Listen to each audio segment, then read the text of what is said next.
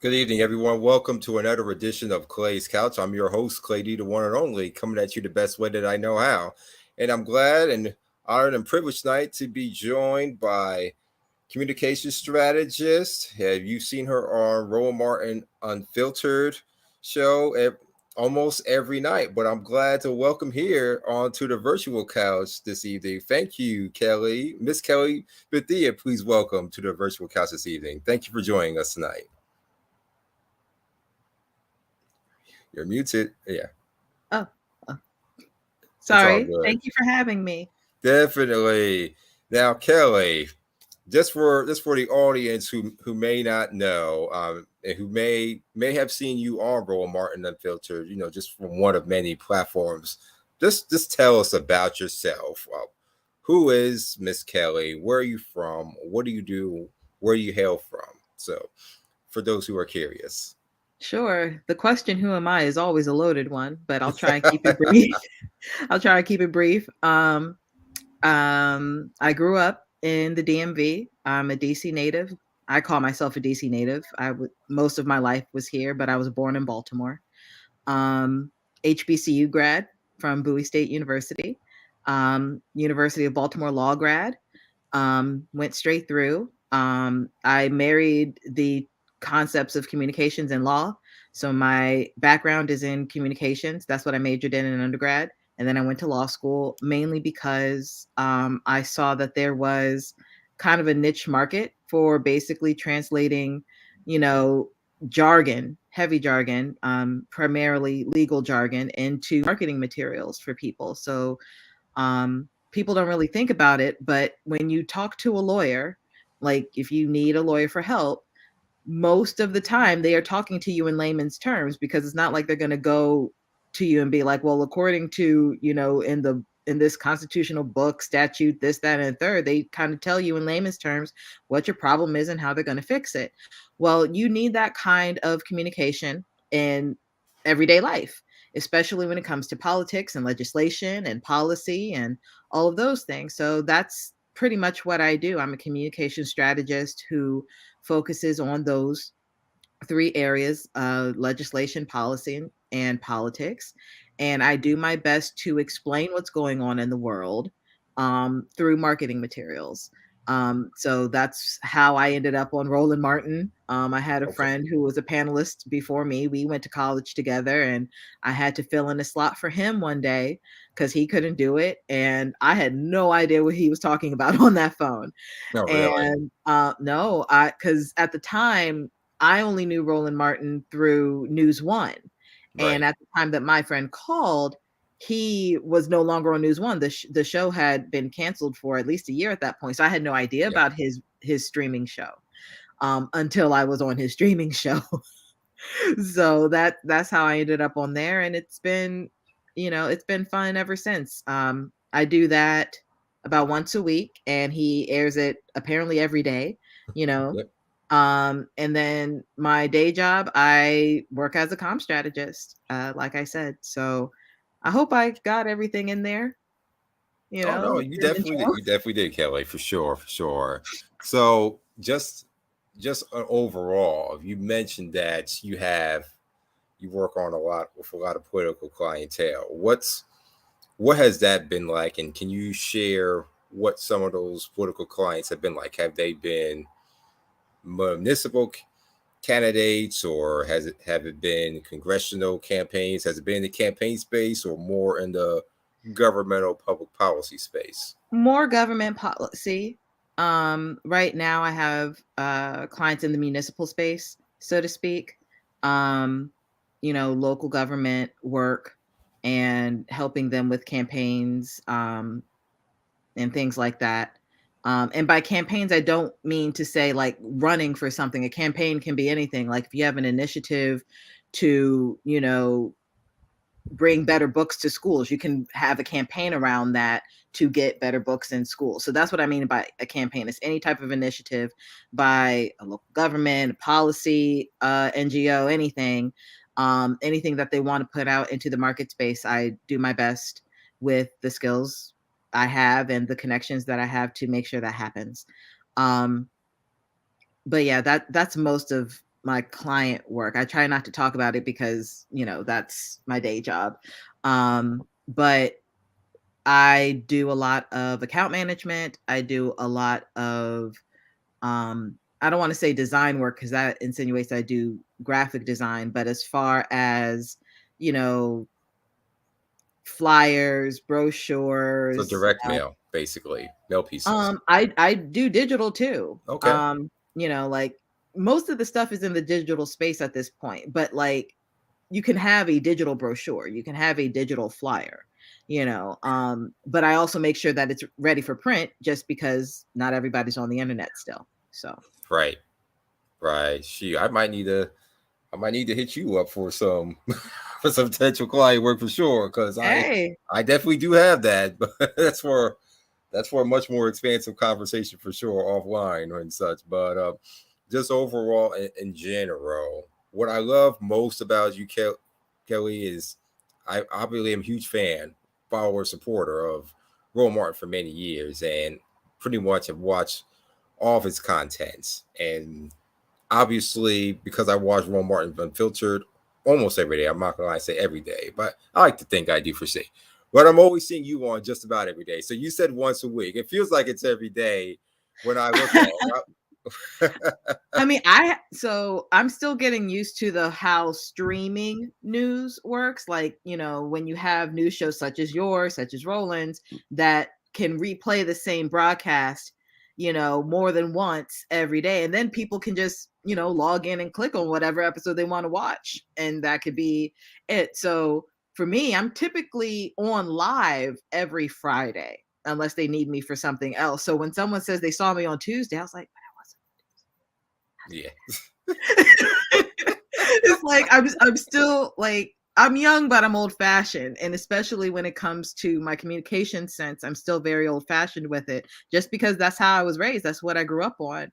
Right. I come from a family of comm strategists and things Oh, like that, really? so I'm kind of inundated in it. So I remember when I don't want to say I remember 8 tracks, but like I remember when my mom was talking about 8 tracks. I remember how you actually did video editing back in the day. It wasn't just, on a Mac and some Final Cut Pro. You had like a machine and you literally had to cut tape and Oh, stuff wow. like that. And I saw my mom do that. So it's like to have that in your head with, streaming YouTube at the same time. I'm like, oh, wait, it is 2022.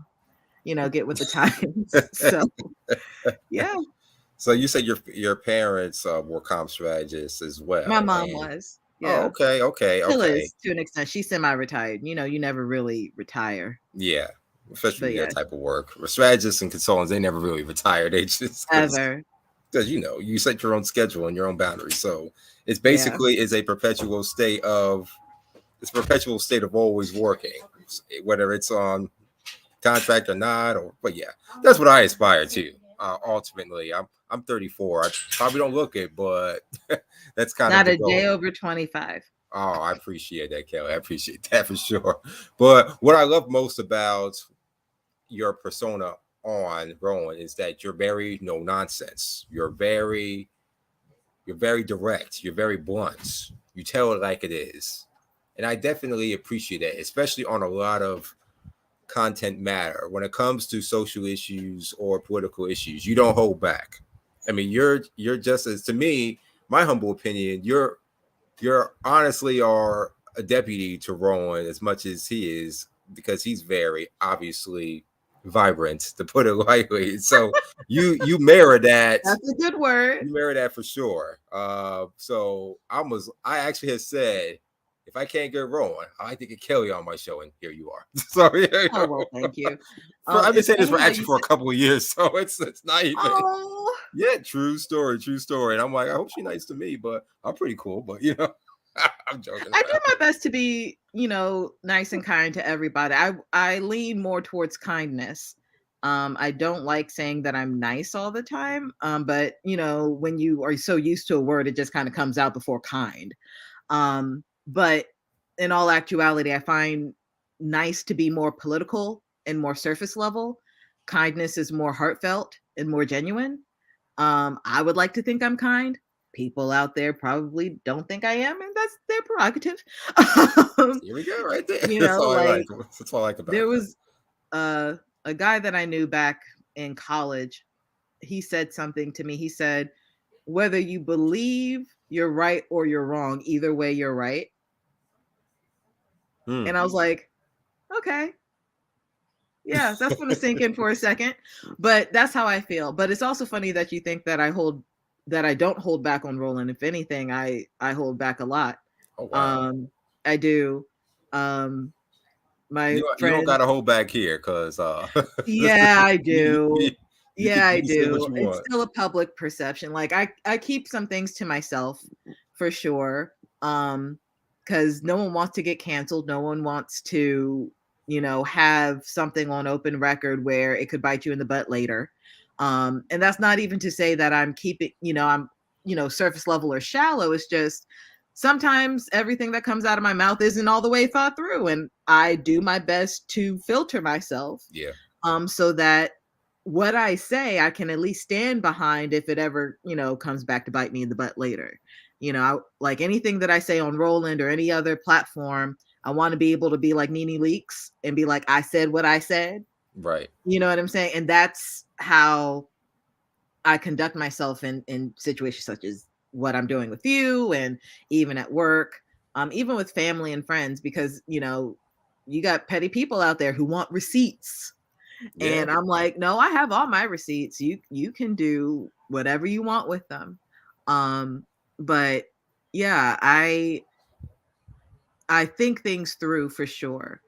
Um, and I actually try not to be too blunt, but I do my best not to cut corners in any type of commentary or any type of thought that I convey.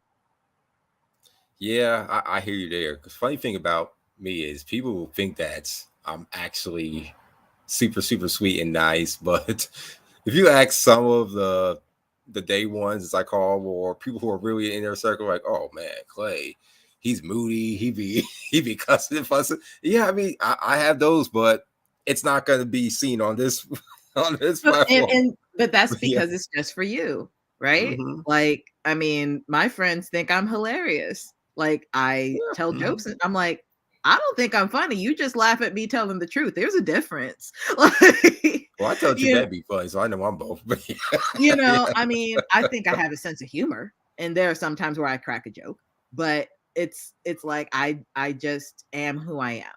And That's there's good. always a sense of duality to anybody. Anybody can be multifaceted. Um, like there are sides to me that Roland's people wouldn't see, but my friends would, or other colleagues would, and vice versa.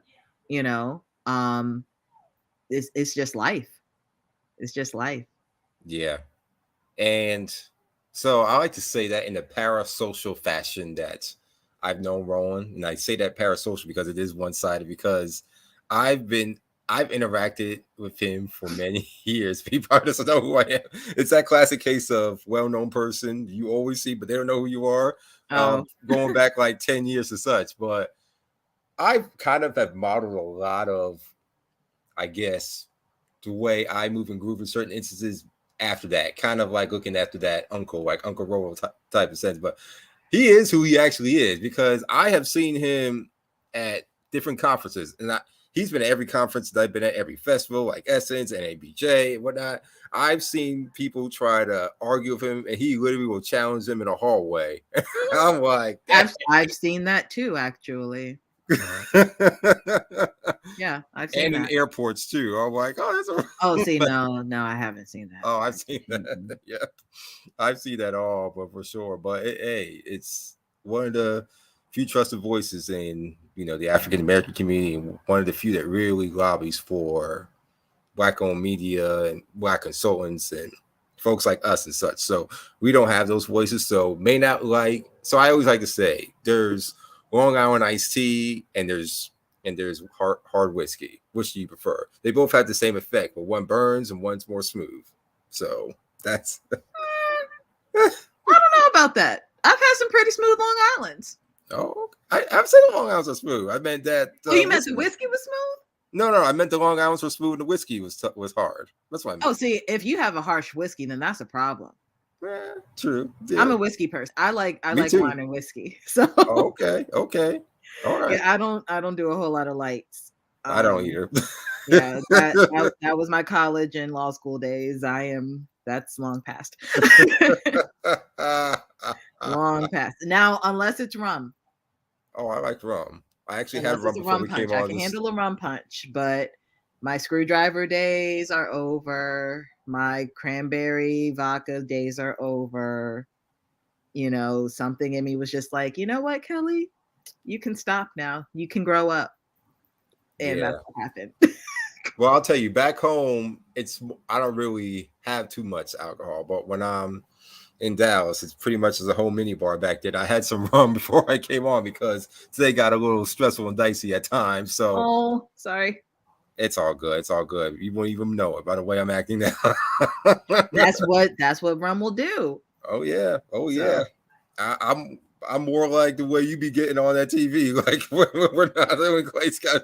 I'd be like, whoa, what's going on here? What are you kidding me? Come on. Well, F that person dead. Like that's real. But people will be really surprised to see that. But I really have to be comfortable in order for that to happen. Like you really have to be in my camp. But most folks, like, it's kind of like Will Smith's like slapping because like, oh, I didn't know Will Smith could slap somebody.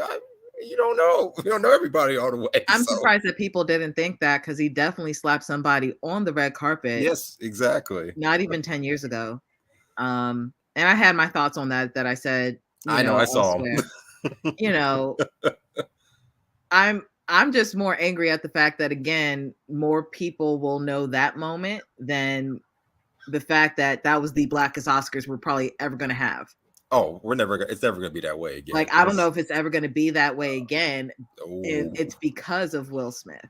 And that's what sucks. So, yeah, you know, that's the sad part about it. Yeah.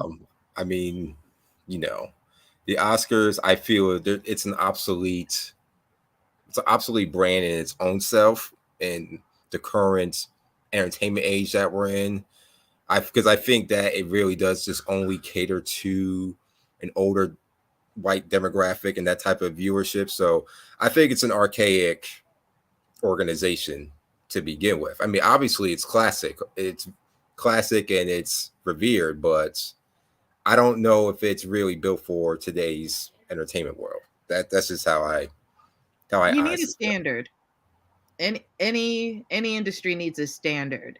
And my concern is that everyone saying, you know, award shows are obsolete or anything like that. Well, maybe the show is, but the accolade itself shouldn't have to be. Correct. You know, it's only been, I think the first time the Oscars were ever televised was 70 years ago. Sounds about right. Something like that, because they weren't always televised.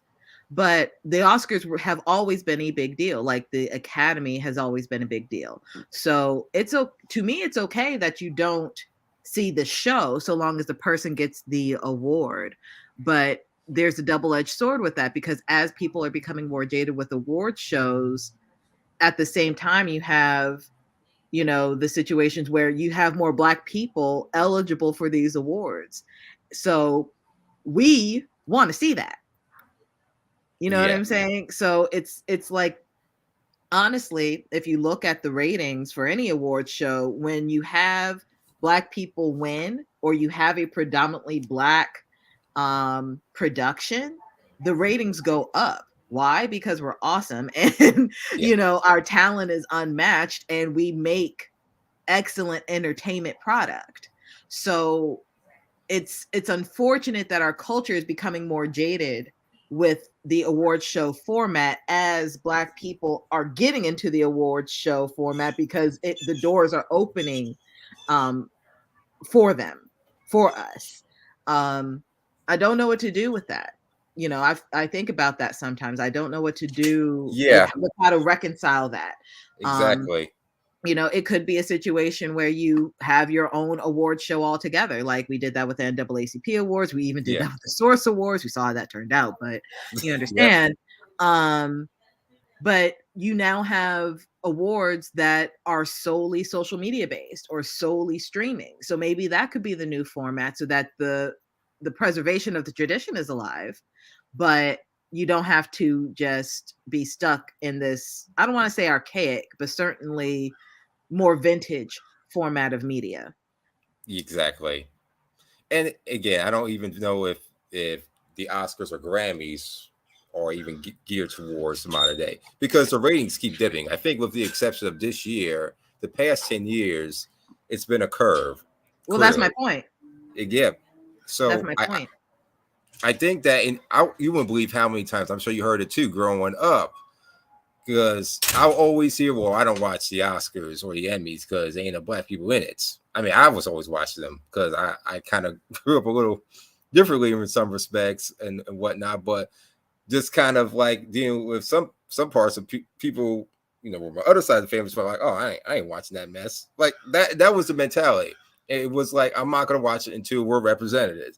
So now we do get representative, and we're obviously, we have this situation that, the aforementioned with Will Smith, but just it's kind of just brings up this, to me, it's we're in a shifting with the streaming platforms and all of that. I mean, you go on Netflix and all the other platforms, it's mostly, and I could be wrong, but mostly diverse content.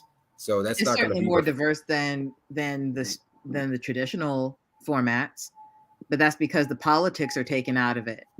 Or at least it's less political. It's certainly political, but certainly less political than traditional formats. Like the way in which you can get something into media by way of streaming is a lot easier than to do it via broadcast, just because of all the red tape.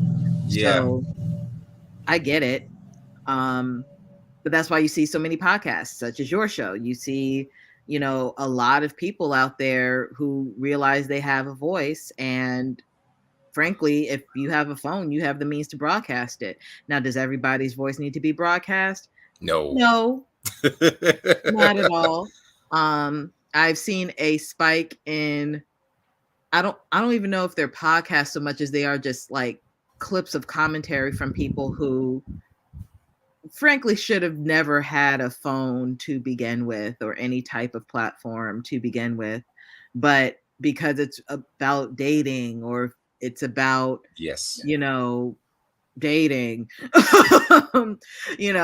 it gets likes, it gets content, it doesn't get content, but the content gets viewed, and it I feel like it's just a lot of broken people with the mic, Exactly. That's and the that thing. sucks. We're seeing a rise of, and it's not going to be really published to the mainstream, but we're seeing a rise of these fringe type of podcast commentators. Like, you have a Hmm. Joe Rogan's and the right wing folks, they have their own Hmm. set of podcasts. And then our community, we have the Kevin Samuels and Oh those who yeah. want to talk about, let's just be frank, about what black women ain't doing right. So I come in and I'm going, okay, well, on my podcast shows, I'm going to kind of be the opposite of that. Clearly 360 or 180, but and highlight and showcase, and more so entertain, educate, and inspire, as opposed to saying, well, black women, this is that. It's, I think the dirty laundry is getting a lot of views, clicks, and everything, instead of stuff that I'm doing. Like, it's this type of stuff. And even if Rowan wasn't Rowan, it's okay. Unless you're, I'm just being humble here, but it's not like we're getting a million people listening. Now, if I was talking about, my dating woes, I mean, I honestly do have that stuff to broadcast, but I mean, that's who not gonna do doesn't? anybody no good. I mean, there's COVID in the dating pool now, quite literally. Yes, everybody can talk about that. But the difference between a show like this and someone who's getting like a million likes on one video is that, frankly, what you are talking about specifically appears to be more sustainable. So while you don't Right. have the immediate reach, the acute reach, it's kind of like when um you ever see like the the result of a lie detector test. Mm-hmm. And how, like, you can clearly tell when someone's lying because of the blatant discrepancy between what it's like when they're breathing normally and what it's like when they're lying. That's how I feel about media. Yeah, you can have a situation where you have a podcast and you have that hit, that acute rise in viewership or likes or money or whatever, but can you sustain it after that? You know, for a lot of these people, the answer is no, which is why even the most viral moments now are all of a 72-hour cycle, depending on what it is, because it's not sustainable after that one moment. Meanwhile, shows like this one, shows like Roland, they can have an acute spike in anything. So, like, even with the Will Smith commentary, like Roland even mentioned how when he talked about Will Smith, yeah, his viewership went up because it was hot right then. But it's not like he went from 100 to 0 in 24 hours because he wasn't talking about Will Smith anymore. And that's what's happening with a lot of these podcasts and commentators that I'm seeing in, you know, via Instagram, TikTok, Facebook. It's like they only are relevant when something else is relevant. But the Right. relevancy only lasts every 72 hours. You cannot build an audience off of 72 hours every month. Like, that doesn't make any sense. Oh yeah. So, you know, keep doing what you're doing. Thank you. And you'll be fine. Like, don't worry about what other people are doing. Apparently I was supposed to have a podcast 2 years ago. You know, everybody was asking me like, where's your podcast? Where's your podcast? I still don't have a podcast. I have the treatment for it and everything. I've done the artwork myself. I've done the treatment myself. I have the equipment. I use the equipment for my job. Haven't used it for a podcast. And it's like something in me is saying, I'm not ready yet. I'm not ready yet. And I feel like I'm more ready than I was 2 years ago. But my thing is, if it is not abundantly clear to me to do something, I literally cannot do it because my mind just spins a million miles an hour. Well, Kellye, that's how I felt for the longest time. Clay's Couch was really supposed to be birthed back in 2017, but I procrastinated on it. I was waiting for the right time, waiting for the right everything. And then finally, I just said, you know what? Everyone, I was thinking about doing this way before podcasts were an in thing. Now, COVID probably, the pandemic probably spearheaded that a lot more so, but it's now to where I would just say, this is just my 2 cents. You don't know me from gotta Adam. just do it. Yeah, just do it. You know? Yeah, no, I understand that. I just haven't been able to even get to that point yet mentally. Right. So, and like, I've been there. when I'm able to just do it, I will just do it. And it's not like a fear or anything. It's like I just said, how am I going to sustain this? Do I have it in me? Because once I start something, I have to keep doing it. That's my problem. I'm like, yeah, I'm good this week, but what about next week? That was my thing. Like, how am I going to sustain like, this? how am I going to do that? But I haven't taken a week off, and I'm even amazed at my own self, because there are times where I'm like, how am I going to do it this week? But I go into that reservoir and I find it, and I'm able to make it work. Because one thing about me, I plan months ahead of time. Okay, I'm gonna get this person on, get that person on, like, and really just stack that deck, just like any big show would do. So when I do have those moments, oh, I got so and so booked here.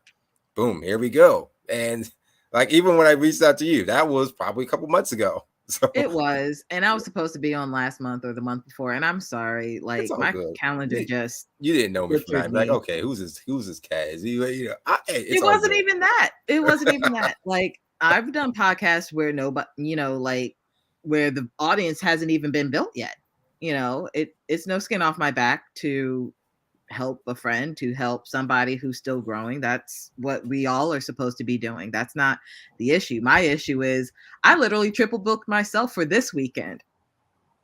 Triple booked.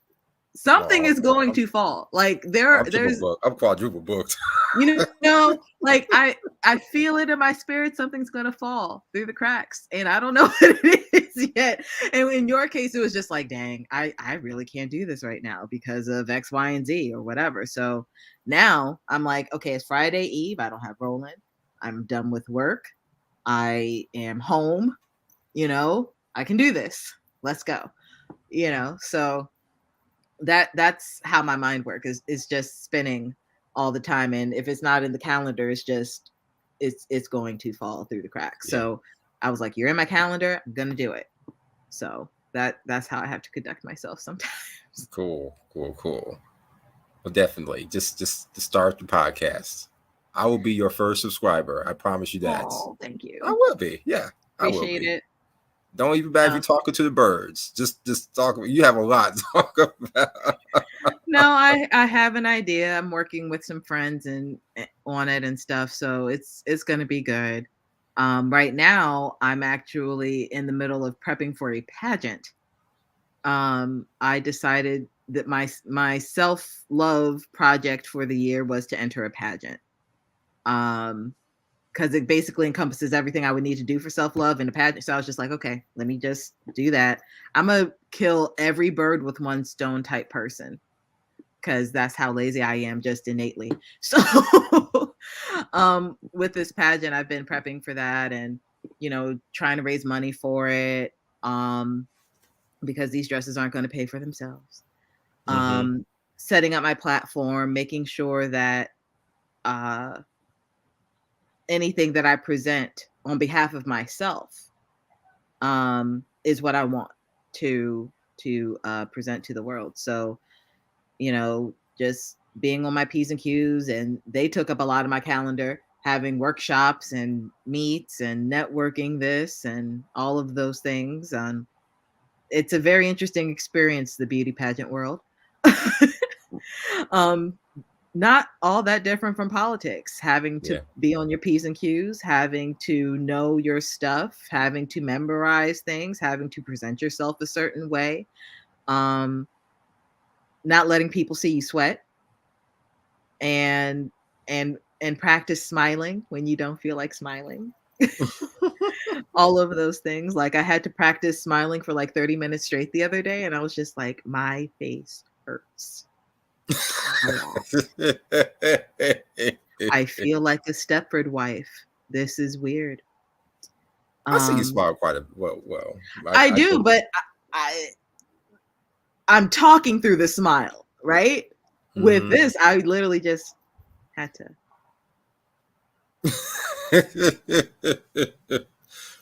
I get criticized for never smiling in photos. Like, all my photos, believe it or not, minus the promo photo, look like I'm on a rap album cover, old rap album covers. I ain't talking about the ones today. Like that's how a lot of mine are. I'm not like a Old Temptation. I can't do that. Like a lot of times, like I just not Otis. Of course, yeah. I can't do all that. I gotta look like Ice Cube on an album cover. Like No, I mean it's a new experience. It's definitely a new experience, and I'm definitely getting out of my shell with it. Not to say I've never performed before. Growing up, I was a singer. I've been singing my entire life. Oh, you can sing. Not today, but yes, I ain't gonna make you sing now. Don't worry. I have to put that caveat out there every time. I'm like, not today though. But yes, I can sing, and so having to figure out what song I'm gonna sing and all those, I still don't know. I'm like debating whether I even want to still do it because I'm scared. But again, this is the self-love project, so I'm That's good. As far as I'm concerned, I'm leaving home with something. That's how I feel. Like Denzel, I don't know if you saw that Denzel Washington interview with Jamie Foxx, and it's like that clip where he's like, I'm leaving here with something. Oh yeah. That's how I feel about this pageant. It's like, one of these crowns I'm gonna get. So let me just sign up for everything and see what sticks. That's good. That's good. But yeah. Do you just stay like in the DMV area like all the time, or do you travel out? Do you venture out? I mean, when I can, when work permits. But I have 2 trips scheduled for this year. I'm going to Aruba for Labor Day. That's good. And Jamaica for Christmas. Um, I was in Miami in January. January? Okay. Yes. I was in that was January. I was supposed to be in Vegas last month and that fell through because of work. That made me sad. Um, but I might be in New Orleans later this year, Houston. I go to New York at least once a year because I have family up there. Um, I've never been to Philly, and I'm Mm. trying to make it to Philly Mm. because it is terrible of me that I've technically been to Philly, but I went straight to the restaurant that I had to go to and then back. So I never Well, really got to see Philly. I didn't that get to counts. experience it. No, it doesn't because I didn't It have a Philly does. cheesesteak. I didn't get to see anything. I didn't get to go up the Rocky Steps or any of those things. I want the whole cheesy Philly experience and I'm gonna get it. So that I need to do that. Um, I've been to California. I used to live there. Huh? I used to live there. Oh, see, I don't know if I could live in California. No, I wouldn't. I I'm don't just being know. straight up. It's I don't know. a Like, mess. I want to see other cities in Cali. I went to LA and then I went to Oakland, basically. Oakland, San Francisco, the Bay Area. I used to live Um, in San Fran and LA. I can't stand San Francisco. And I hope I Mm. don't have like a number one fan out there or something who feels slighted by that. But San Francisco was not my scene at all. And I can't even tell you why. It wasn't even about the hills and feeling out of breath every time you look at something. It wasn't that at all. You know when you fit somewhere. You know when you fit somewhere. And in San Francisco, I did not fit. I did not fit. And something about taking a roller coaster to get to work every day Are you because of talking the about your hills. trolley? Yeah, that's just not my ministry. Mm-mm. Hey, LA nothing was wrong cool with it. though. LA was really cool. Um, but again, that wasn't really my scene either. It wasn't my scene. Um, I like quiet spaces. Like I don't mind being in the hustle and bustle, but I couldn't find a space to be myself. I was only there for a couple days, but I didn't see myself being there as myself by myself. You know, like maybe with somebody else. Like if I met somebody and they were out there, like I do it for them, maybe, but for myself, probably not. Probably not. Yeah. Um, but that's why I like DC so much. And it's weird because people ask me where would I like to live? You know, if I wasn't living in, I was like, everything's already here in DC for me. Everything, everything I want is already in the DMV. Um, you know, like communications, politics, legislation, policy. Like I could move to New York, but they would only be sending me to back to DC for God knows what else. You know, so I don't feel stuck, but I feel like if this is home base and I can travel other places, let me just do that. Yeah. It's a good 3.5, 4 hours. So I'm there a lot. So I'll be there again on the 21st. Well, not this month, Yeah. but And I next. my family roots are in North Carolina, so I need to visit, Oh, but okay. I Where in don't. North Carolina? My great grandparents are from Wilmington. Okay. So my maternal grandmother's parents are from Wilmington, and my maternal grandfather was from Jamestown, South Carolina, which is not too far from Myrtle Beach. Okay. Um, so I, at my roots, I'm a Carolina girl, but Okay. I never lived in either of those states, and I've only Okay. visited like a handful of times. I could count on one hand the number of times I've been to each state. Mm, So yeah, I need to visit again. Um, definitely. yeah, I wouldn't mind buying land down there and, you It's know, cheaper.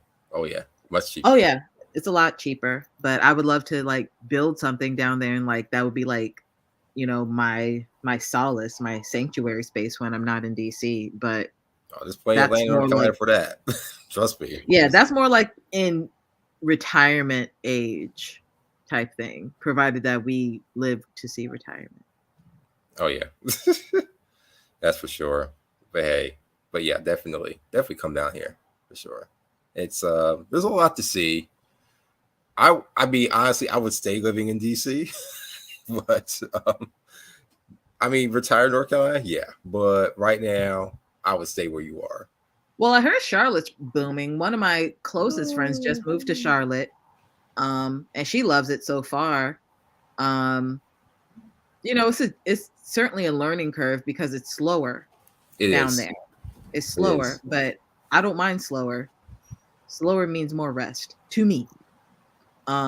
So we'll see. Again, we'll see. Yeah, just You know, hop on 85. 85 South. We'll be right down here. 85 or 95? 95 to 85.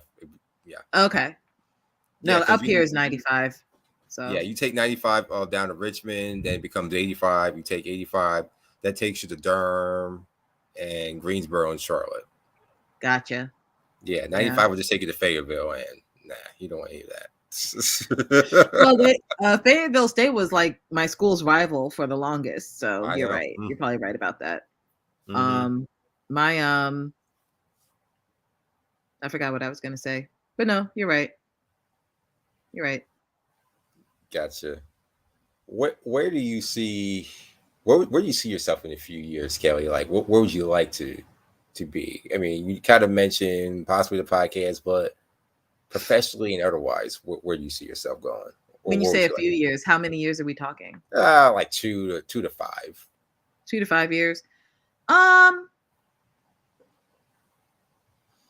well, in 2 years, I would like to be a director of comm somewhere, like or assistant director of comm somewhere. Um, Okay. I don't have a Okay, that sounds good. Yeah, I don't necessarily have a dream job. I don't know who first said this because I want to say it was James Baldwin. I don't remember. Um, but someone said, I don't have a dream job because I don't dream of labor. I like that. And that has been in my spirit ever since I heard it. But what I will say is that I know I have a set of skills and talent that I want to share to benefit the world. And I feel like that set of skills and talent would be best used in as a director of comms or a I don't want to say entrepreneur because everybody is one nowadays, and that for whatever reason irritates me. I Everybody's just an feel like entrepreneur. Everybody's got a podcast through stuff. it's not even about that everybody has one, but it's like I don't know where the notion came from that everybody has to be one. Well, I would say this. I think people confuse owning a business, owning an LLC, and having it being sustainable and scalable.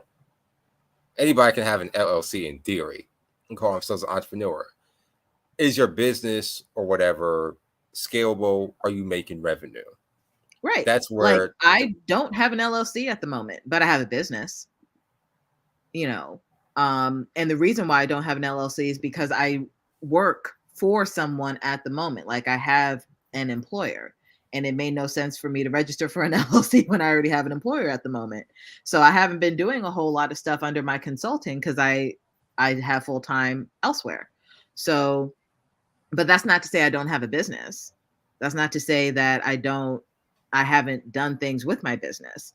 I just am of the mindset that not everyone is made to be an entrepreneur.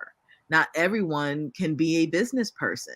And I don't like the notion of, and maybe it's me just being in the DMV and seeing a lot of, professional up and coming Black people, but I don't like the notion that Black people have to be entrepreneurs in order to be successful. And I feel like that's a trend that is happening or will happen, and it kind of scares me because like if everyone is an entrepreneur, who is buying the product? What is your product? And like you said, is it even scalable? So like you being an entrepreneur of one, what good does that do? You know what I'm saying? Like I don't care that you have the title CEO on your business card. Who are you the CEO of if you have no employees? And that's not even shade. It's just like I don't understand the notion. I don't understand the notion. Now, if you want to say you're a business person or you're trying to do X, Y, and Z, go for it. If you feel like you need to be called a CEO or an entrepreneur in order to manifest whatever you need, by all means, do it. But please do not put the spirit of entrepreneurism onto everybody that you see, or to look down on somebody who doesn't want to be those things, because they got to buy your product anyway. Like, you need that person. Everybody's not a business person. I am certainly not like a savvy business person. I would love for somebody else to do my budgets and finances and all the things. Like, I don't want to have to do anything. I've worked incredibly hard to feel like I want to be able to pay other people to do those things. I want to travel and write and talk. So I know that was a very long-winded answer to the 2 to 5 years, but that is my goal, to get paid to talk and travel and write. That's it. I don't care what the title is for that. I don't care what it takes for me to get to that point. Literally everything else needs to be taken care of by somebody else that I trust. So, because I don't want to do it. Like, you'll hire an assistant and anything I will else. I found a laundry service to do my laundry. That's how serious I am about it. I do that. I don't want to do anything other than what I want to do. So that is my goal. That is where I see myself. I don't know how long it takes to get there. If it happens in 2 years, thank you, God. Because that means in 2 years, I'll still be under 35. And yes, I can you still. younger than me. Okay. Yeah, I'm 31. I'll be 32 this year. Okay. I'm 34. Yeah. Like that's what I want. And it's interesting because a couple weekends ago, I was able to see my life the way that I want it to happen. I was at a networking event on a boat. The Spirit of Washington out here. It's like a dinner cruise thing. And I was invited by a now friend and colleague. And I met through her best friend, who is like a executive producer, communications person, right? And all of these women are older than me. Like, all of them were old enough to be my mom, which was why it was so inspiring to be in that space. But my colleague's best friend invited me to her apartment because it was like next door to wherever we were eating.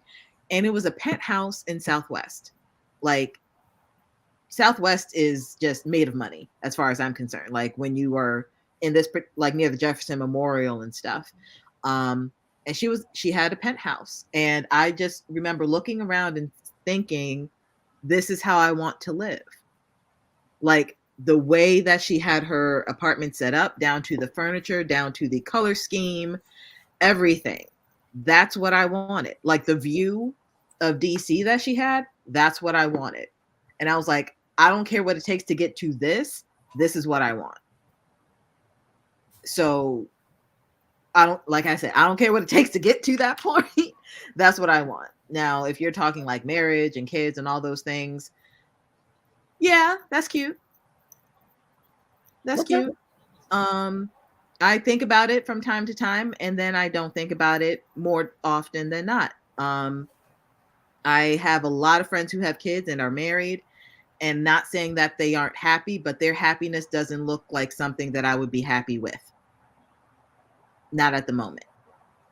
And I'm coming to terms with that. You know what I'm saying? So, like, my happiness looks like a penthouse in Southwest where I get paid to talk and write and speak. And everything else is taken care of by somebody else. So that's where I see myself. I like it there. That's what I want. Keep it 100. Maybe this is what you meant by the blunt part. Yeah, exactly. Exactly that part. That's what you meant. Exactly. Like, you even try to mince words with that. Well, maybe this, maybe. You just want straight. Now, I want somebody. Like, relationships and stuff, that's cute. Yeah, I want somebody. Absolutely. But if it means giving up that, I don't know who would be worth that. I don't know who would be worth that. Yeah. Funny thing is, I don't want any woman to ever feel as though they have to give up with me. Again, I'm probably in the minority, and I don't spend my hours listening to these You're not in the dating minority. podcasts. But well, What's funny about those podcasts is that they are the minority. Everybody does not think that way. Virtually no one thinks that way. It's just enough people to make you feel like you are alone in your thinking that gives that an audience. That's what blows my mind. Half those people are lying, by the way. A good half of those podcasts are lying. And I know that because I've dated some people who have either been hosts of those podcasts or guests on those podcasts, and they don't act like what they're talking about at all. So it's all an act. It's all an act.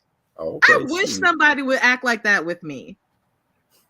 No, I wouldn't want to. I'd be scared. And maybe that's why they don't act like that. Maybe they are scared. Maybe that is how they are with other people. Maybe that's why it didn't work out with me, because I don't do that. But like it's all a game, and it irritates me to no end hearing those things. Like, and what irritates me even more is that every race deals with it. Yeah. Every single one. I don't know where it came from that only Black women deal with this or only Black men do this. But that ain't true at all. Well, I'll say this. We broadcast it or publish it more. I don't even know if it's that. I think it's definitely that, because I mean, the only time, as I say often, that we seen white women talk about their dating struggles was like in the late 90s, early 20s, kind of that whole Sex and City era. Since then, I don't really see much out there. But my thing is, do you even consume white media like you did back then? That's the question. That's what gets me. Like, right now, we are in such an interesting age of media consumption where you can literally tailor exactly what you watch, what you consume, what you see, to the point where you don't even hear another voice other than your own. Like, you have created your own echo chamber when it comes to news, when it comes to thinking, when it comes to anything.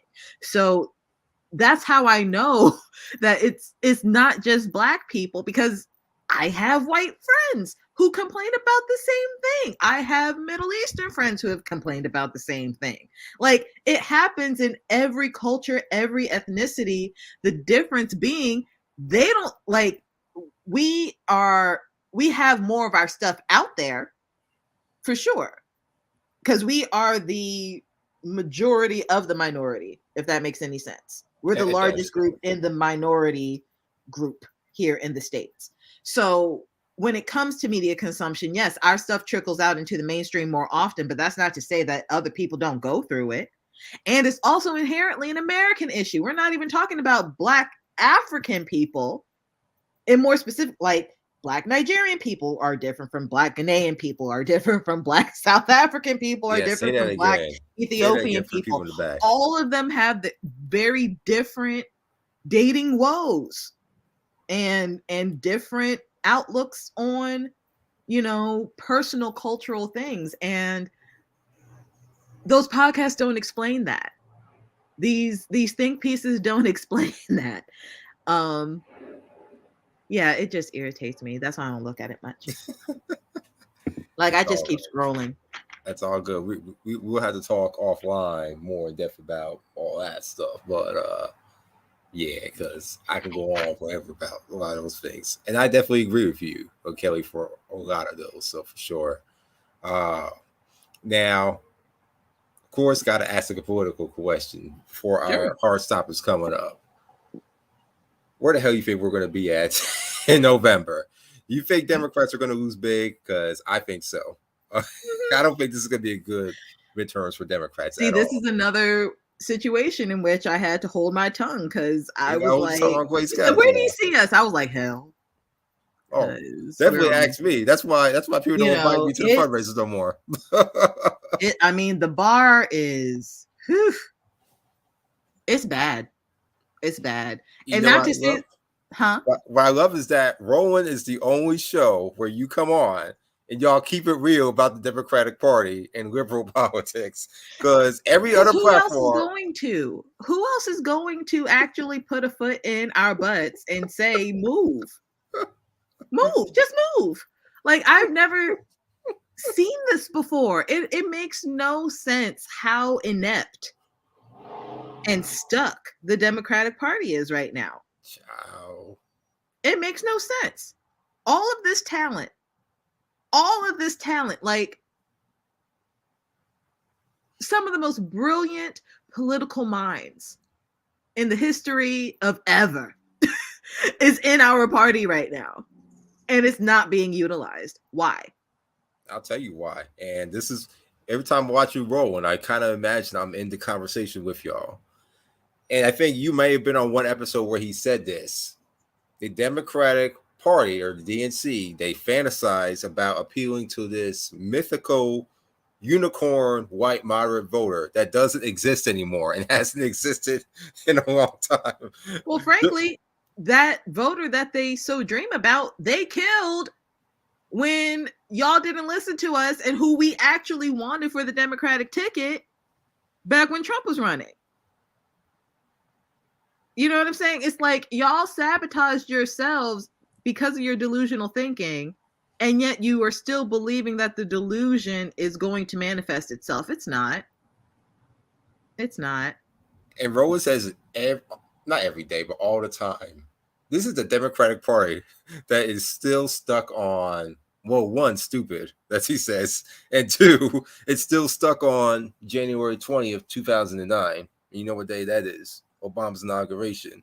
That party is still stuck on that moment. It's now 2022. But instead of leveraging the moment, they are frozen in time with it. But I will say that I don't know if you heard today with the student loan forgiveness. Tell me, it'll be breaking from you. So, like, and I don't want to misspeak, but basically Biden has structured student loans so that they can be forgiven for like a good chunk of people who owe them. And CNN had an article of like basically like the 4 categories that it'll affect. Like those who went into the government thinking that they were paying off enough and in 10 years they'd be free. That only affected like 100 something people out of like 3,000 people who signed up for the program. So Biden made it easier for the rest of the 3,000 to actually have their loans forgiven. So that's one. Those who were misinformed about the individualized repayment plans for federal loans. Those, I don't know if they'll be forgiven, but it'll be like a better way to put them in forbearance or something like that. Mm-hmm. And there's like 2 other categories. Again, I'm going off the top of my head. Right. And it's been hours since I saw the article, but you understand. Oh, yeah. Something is happening. So I'm not going to say that, the Biden administration is doing absolutely nothing. I will never say that. But it's going back to the communications aspect of it, and I've said this on Roland's show, they have a terrible communications team up there, which is, again, surprising because I know some of the people who are on that communications team, and they are some of the most brilliant minds of communications we have ever seen. Why aren't they leveraging their skills to make sure that everybody knows what the administration is doing? Because, Kellye, they're suppressed. They can't say anything. They're not allowed. And I know because by who? Like, why would Biden say don't talk about the DOJ putting bad people in jail? Like, why would he say that? Who is saying that he's saying that? It's the consultants. But that's what I'm saying. Like, I do not understand why these brilliant minds are saying let's not talk about it. Because like, I'm looking at CNN right now, and I've yet to see a piece of local news. It is all about Ukraine right now and Russia. I'm like the headline right now is talking about, possibility of mass graves out in Ukraine. I mean, that's terrible. Absolutely terrible. But why should I, as an American, care right now at this juncture when I am still $250,000 in debt because of craziness going on in this country? You know what I'm saying? So yeah. It's like the Biden administration communications team has done a very piss poor job of explaining why I should care about this, why I shouldn't care about what's going on in my own country, and why the wins that this administration has won aren't being celebrated by even them. I'll tell you, their wins are keeping Trump from a second term. That's that what might not even happen. That's what they consider win. Hey, we're better than what you would have had. That's the mindset, and because of that mindset, they feel as though they can do anything because we're not that crazy previous guy, and so therefore they can have a moderate agenda and nobody will say boo. That's how I feel. We're saying boo. We're definitely. I mean, we're saying boo, but not everybody else is. No, the country's saying boo. Have you seen his approval ratings? Like I've seen them. I've seen them, but I'm just going to say Democrats are going to have a bad night in November, and I don't care what anybody want to come at me with that. Yeah, I'm trying to schedule a vacation for November. Say what now? I'm trying to schedule a vacation for November. Where at? Because I'm going to try to go to. I don't know. It might be in this country. It just needs to be somewhere in the country where I won't care. Where you won't tan. No, where I won't care. I mean, New Orleans sounds nice. San Diego, maybe. Okay. I've never been there. Maybe that's the part of California that I really like. San Diego's all right for sure. You know, somewhere sunny. That's a good idea. It's a good idea for sure. But that's the hard stop we have right now. Did I answer all your questions? Did I do good? You did very good. Okay. Tell folks how they could follow you, could follow you, and all of that good stuff.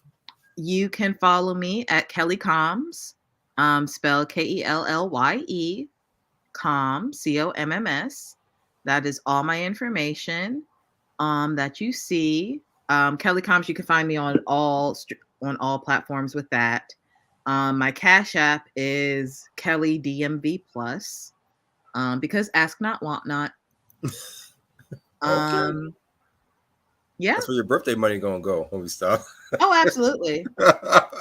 You ain't even ashamed of it. More so bills than parties. I don't really party like that. Like Roy Martin once said, "Oh, I ain't ashamed to put my cash tag up there." He'll tell you in a minute. Okay. Yeah. So okay. Yeah, that's all my stuff. That's good. Appreciate the time, Kellye. We definitely got to connect more and further. I am going to be in DC next month. So if you're in person around the 20th to 22nd, we'd love to meet you in person if you're around. So yeah. If I'm around, we'll make it happen. All right, then. Well, I'll let you go for now, Kellye. I'll touch base with you later and have a good night. All right. Thank you. All right. Have a good one. Bye-bye. You too. Bye.